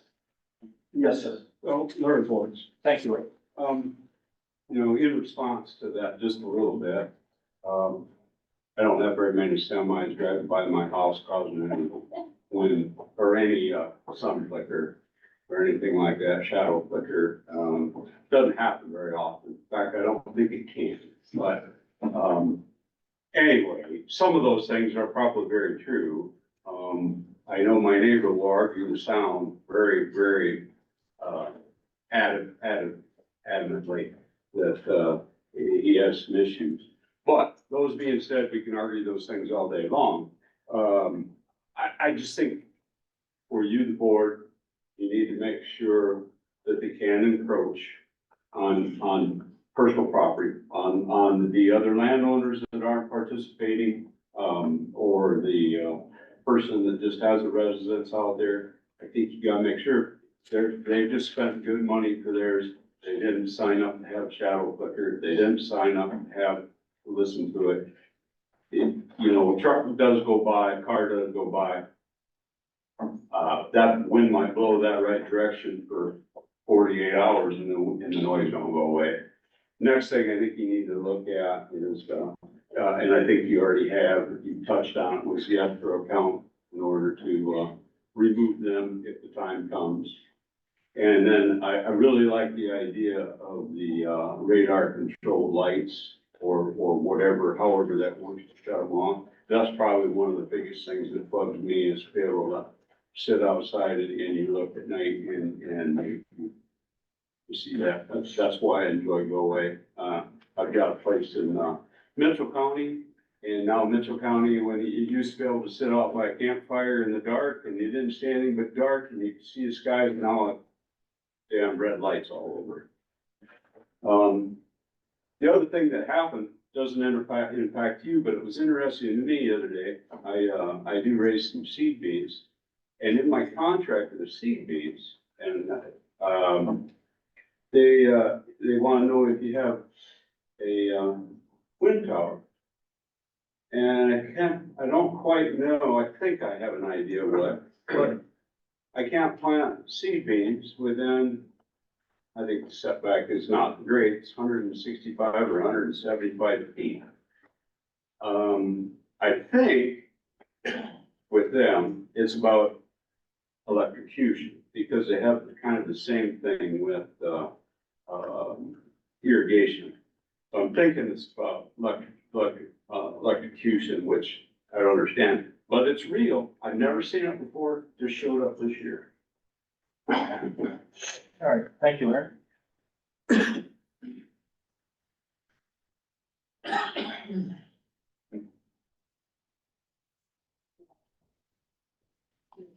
One more time. Just I just want to be comment patient, about thank you, just patient is appreciated. We're just waiting to hear from county residents, so thank you. Yes, Question. your name again. How high is the plane gonna be that light go on? Pardon me? How high does the plane have to be for that light to go on those towers? Do we have three or four? We have three or four. Somewhat, so this won't be exact, like distance, it's within a certain mile, amount of miles, I believe about 3 miles when an airplane comes through, it'll trigger them on at that time to be compliant with like FAA requirements. And it's a relatively new technology that's really starting to possibly be used on in wind farms. And so our ordinance, since we can't supersede FAA requirements, would have to be worded in such a way that if the FAA allows it, then perhaps we could require to use it only at the discretion of the FAA, though, only in that instance. I'm not, and then I'd also want to consult, local airport about that type of system to get their perspective as far as what might go into an ordinance in that regard, so. The only reason I asked that, Sure. we have ceiling fans in our house, and every time a plane goes by, it sensors, the sensors on it, ceiling fans go backwards, forwards, so planes set up our ceiling fans. That's interesting. Any other comments from anybody that hasn't spoken and wants to speak? Yes, Chair Effects is Merlin Bartz. Just, one note, that, John, you might want to take special interest in, specific to the aircraft lighting systems. Not only does FAA have to approve, but they have to do a consultation with FCC because of height. And we provided some, 2 nights ago, we provided some language to the Adams County Planning and Zoning regarding them. So if you need to see that language, or you want the reference material, we can get that to you. If you want to send it to the Gloria, so that she can forward it to me. I'll make sure that, that Isaac, and that I get that to you. Before we, ask for any more comments, the Board of Supervisors did receive a letter, and how many takes time to write a letter? We're gonna read it at a listening post like this, so this one isn't quite as long. It's to the Floyd County Zoning Commission and the Floyd County Board of Supervisors. I write in favor of maintaining the status quo with the current commercial wind energy ordinance in Floyd County that in its present form encourages the safe expansion of clean energy and the revenue it creates. I urge you to maintain a friendly environment for wind energy as a key player in meeting the increasing demand for electricity while climate change activists in Washington DC hurriedly force the shutdown of fossil fuel generated electric power. I've enjoyed a positive first-hand experience with wind energy right here in our own neighborhood. My family owns cropland with a collection line in the wind farm west and south of Charles City. 3 drain tile laterals and a main were damaged during initial construction 16 years ago and were quickly repaired with no problem since. We have received the annual operating payment for the collection line promptly every year. On November 2nd, 2018, we received a letter with a $1,000 check from the American Energy explaining they had done some crop damage while working on nearby turbine would pay for the actual damage. On January 22nd, 2019, we received payment for the actual damage of $79.67. My family owns farmland in the Marble Rock project area, and we also live there. We reviewed Invenergy's easement agreement with our attorney, and based on our positive experience with wind energy in the past, are in the process of signing 4 farms with them. As we all know, farm profits are inherently unpredictable. Wind energy offers the opportunity for landowners to diversify our farms with a reliable source of income. An overly restricted ordinance will limit what we can do with our own land. All residents in Floyd County stand to benefit from the increase in our county's property tax base and associated revenue provided by newly constructed wind energy infrastructure. A portion of the additional property tax revenue could be directed to existing county expenditures to reduce the property tax burden for all county taxpayers. I frequently travel across county roads within a 50-mile radius of home. I have observed Floyd County's blacktop roads through the poorest condition.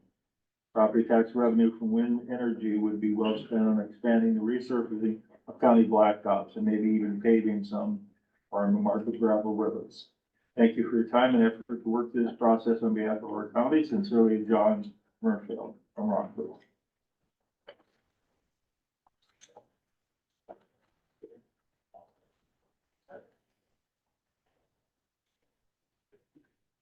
All right, back to the comment. Thank you. Yes, Tom Crehan. Thank you.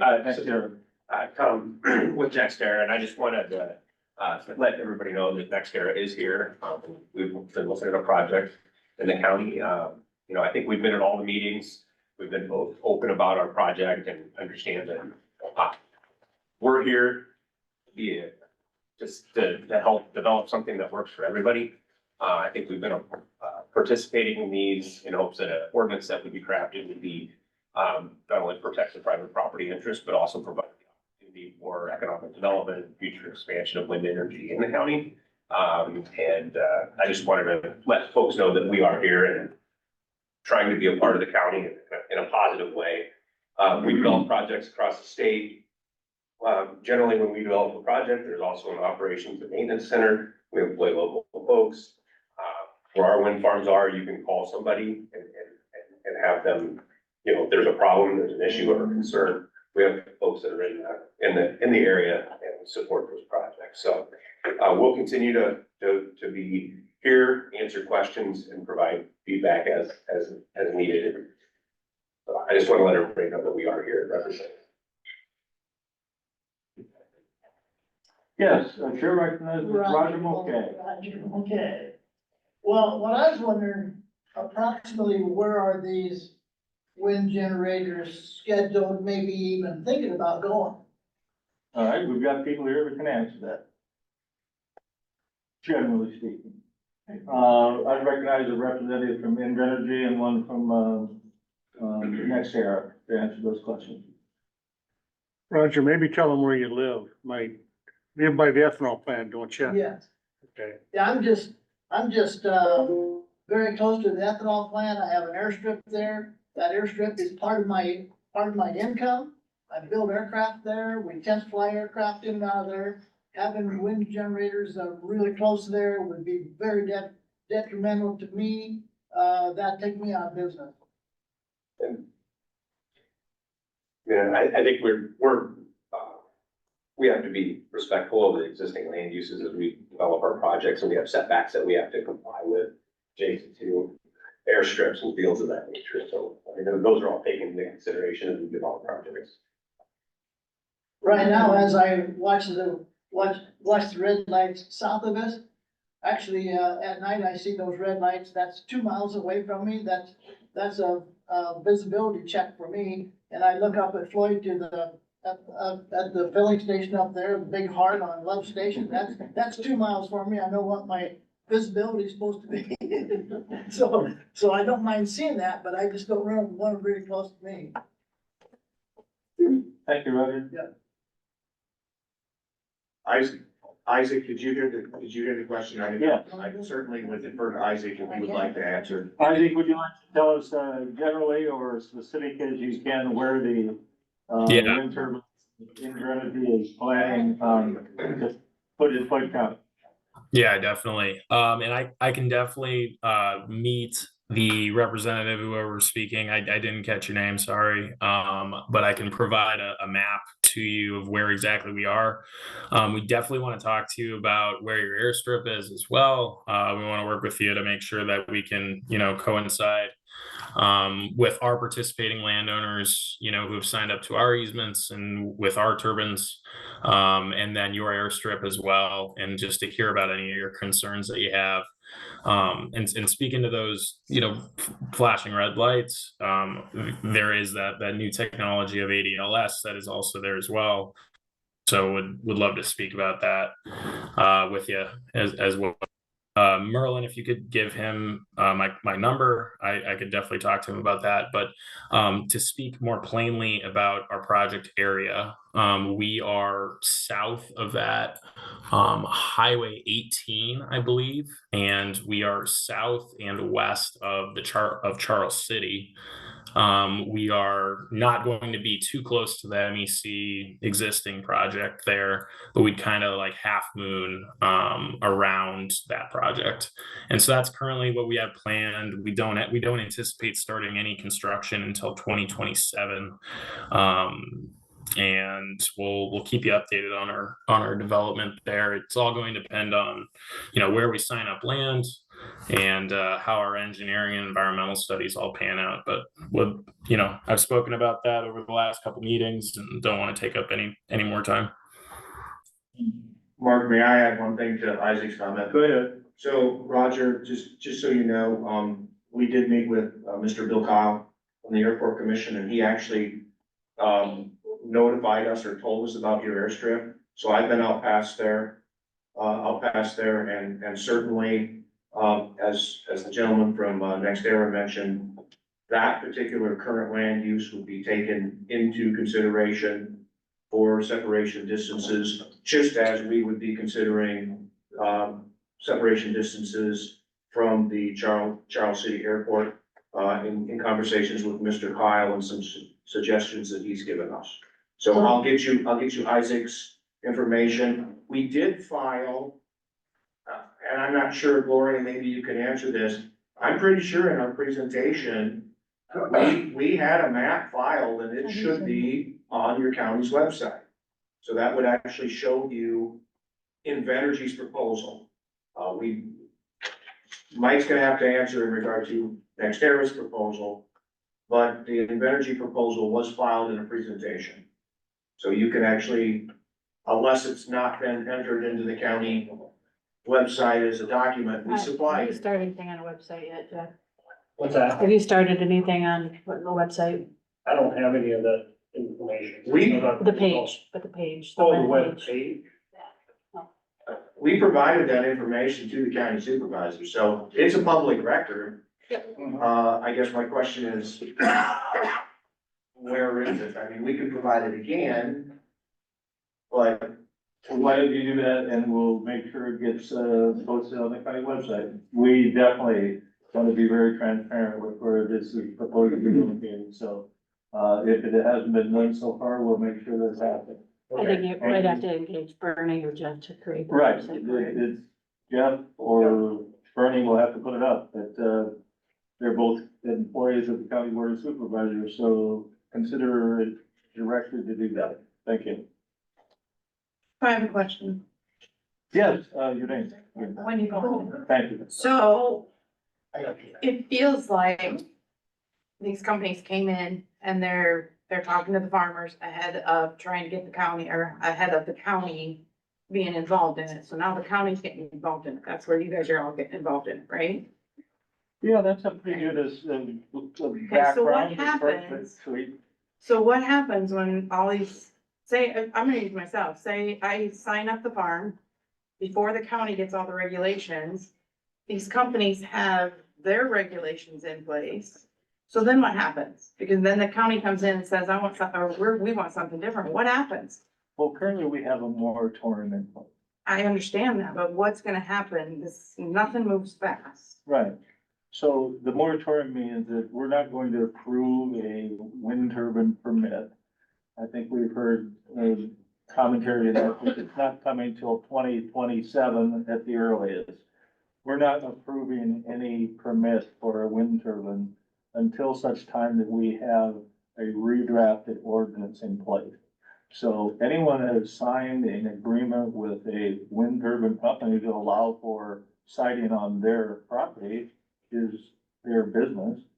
They can do that. We can't stop them. That's called free enterprise.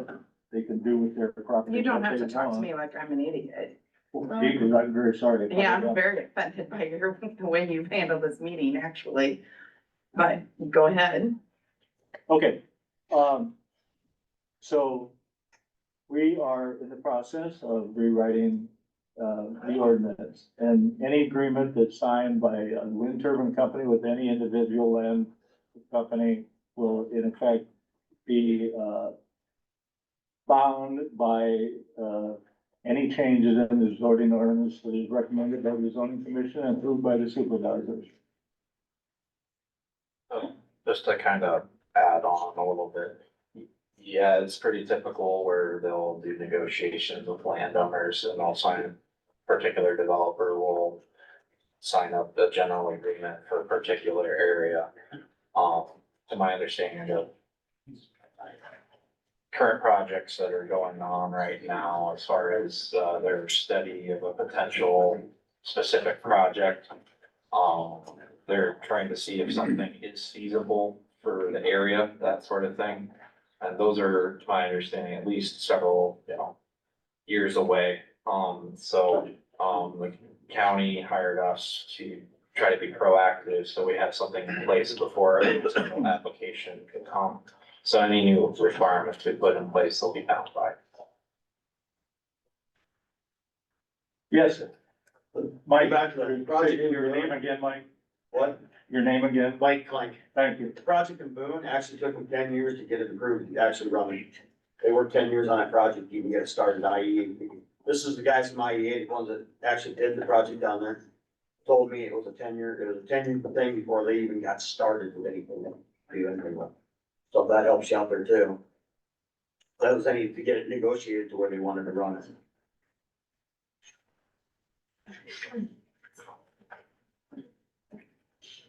Some of you wish to speak for the second or a third time, and so you're recognized for the third time. Second time. I've only spoke once. Okay, Yeah. I stand correct. Yeah, so Go right ahead. I wanted to comment, the aircraft, the radar detection system for the stuff, that technology's been out for almost 15 years, so that's relatively new, but it's not real new. And the other reason I raised my hand earlier was with regard to the concrete and the amount of concrete and the depth. When we were doing our ordinance, it was pretty common to see that, concrete had to be removed down to 4 feet below grade. Farm Bureau contacted us, and I would encourage you to ask them. But they suggested to us that we make it, 6 feet. That they said a lot of crop, particularly in the dry years, the corn will drive roots down well past 4 feet looking for moisture. And so they suggested that we use 6 feet instead of 4 feet. Okay. Top Drainage also recommends that. Thank you.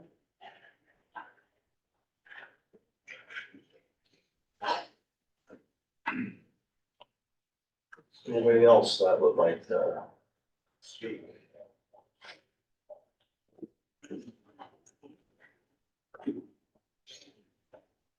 Just give people on the computer one last chance to comment or ask a question if you would like. Just make sure to unmute yourself.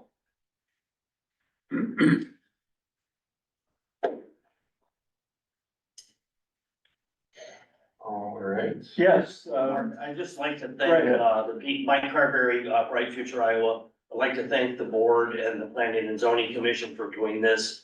This is how democracy works. I'd like to thank everybody here for showing up and speaking out. And your concerns are being heard by the people in the front of the room, by the people that from Invenergy and from NextEra and from other people.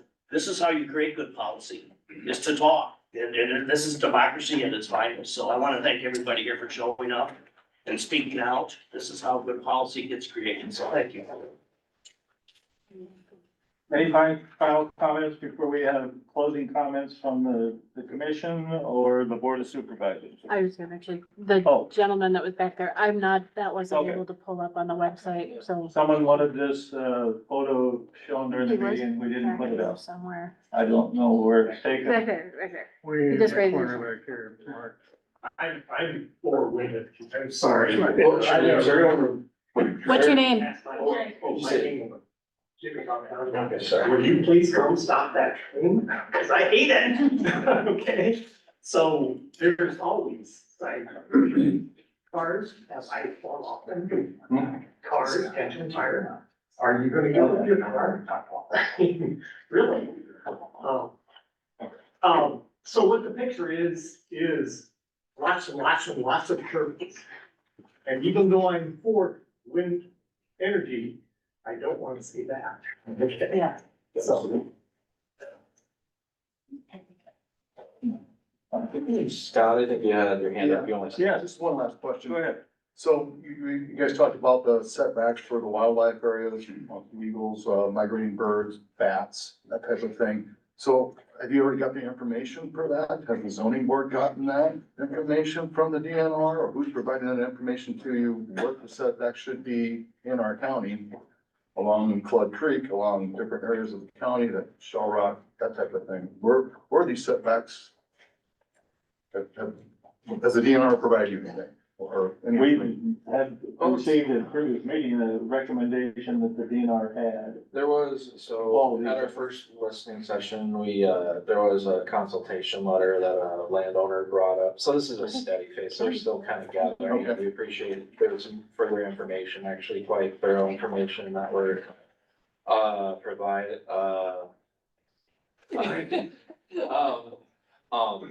That was provided today that we'll review as well to consider the contents of the ordinance. So again, we're in that study phase and we're gonna be doing some checkpoints with how we proceed. We're trying to have it be a sort of dynamic process. We've conducted several meetings to this point.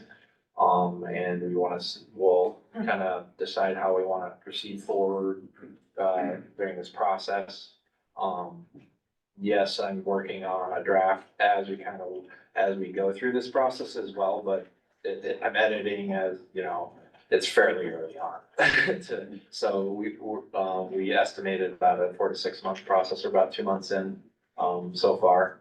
And we'll kind of decide from here, kind of how we proceed. So, we're gonna try to we'll be working with the county to try to keep everything posted on that front page, so please pay attention to that. That'll be a good thing to refer to. And we're trying to have a very transparent process as well.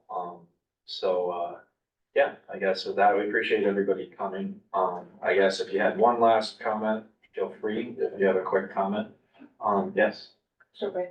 I need knowing the whole Floyd County area, even just sections of Floyd County, or be the whole Floyd County area. So they have countywide zoning, so all the requirements of the new draft, if there's rivers, floodplains, things like that, that will impact where a potential feasible location for a wind turbine could be. So that's why we're kind of doing this study phase to properly appropriate. So hopefully that answers your question. Yes, countywide.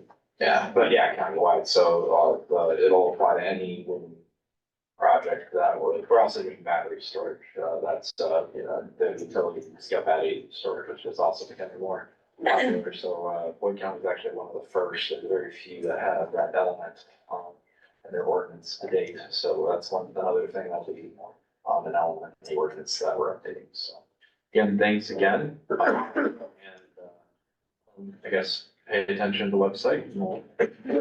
Do have a final comment. We're gonna wonder what we're doing kind of next. But it's been talked about a little. I just want to say one thing.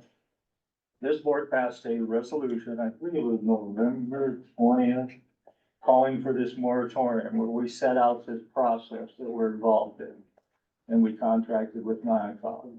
And at that meeting, I used a metaphor of a football. and we put that football in the 50-yard line. And we talked about there's gonna be competing interests on one side and the other. Well, we certainly kicked that football around a little bit tonight, and that's why we're here. Your comments are very welcome. They've been heard. We've listened to them. No decisions have been made. Just please, you have time for input. We're glad to hear it. We are as transparent as we can be, just so you know what's gonna happen most likely next. What will likely happen for the time being, this might be the last time that we have a joint meeting of the zoning commission and the board of supervisors for a while. What is being planned is, John will likely be meeting with the planning and zoning commission. They'll have their own separate meeting coming up. Possibly on March 7th. This is all yet to be determined. They'll be sending out the agendas for those meetings. So we meet the property agenda, posting notices and that. And he's gonna ask about feedback that the zoning commission has received from these meetings today. And get that. And he's going to report then to the board of supervisors at a meeting. He'll likely be on the supervisors meeting on March 11th. And at that time, it's kind of John refers to it as a touch point on our progress. How are we doing? How's he doing? Has he represented this in a fair way? Are we getting this out to the people so that you can comment? I think he has.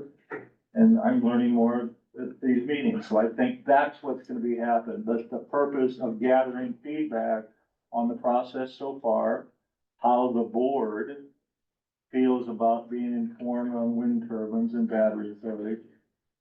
Gather information on the board's feeling on contents of the amendment draft.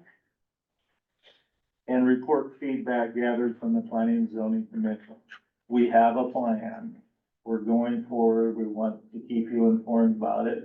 We're glad to keep you informed and look forward to your comments.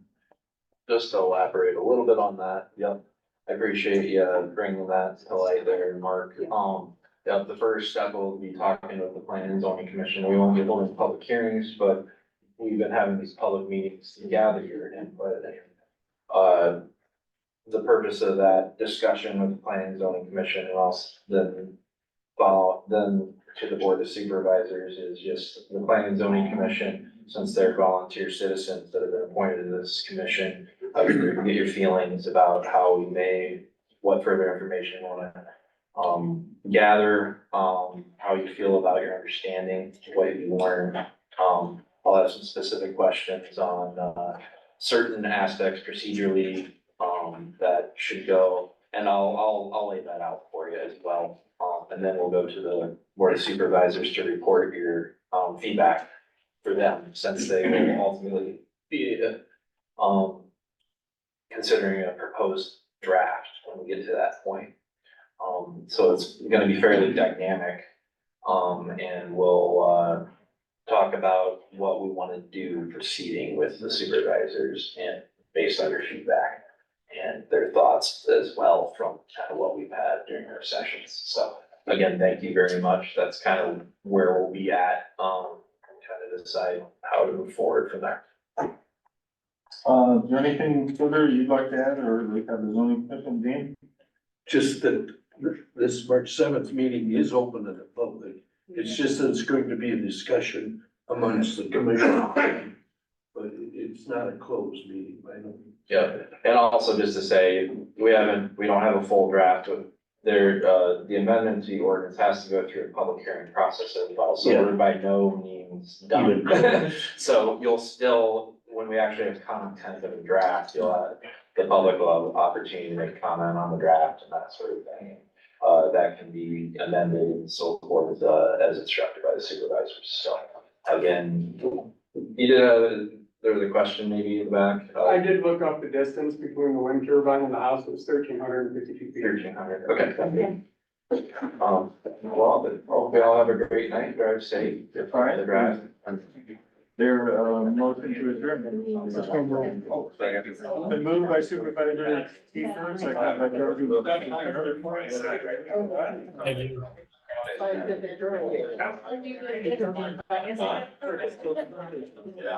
I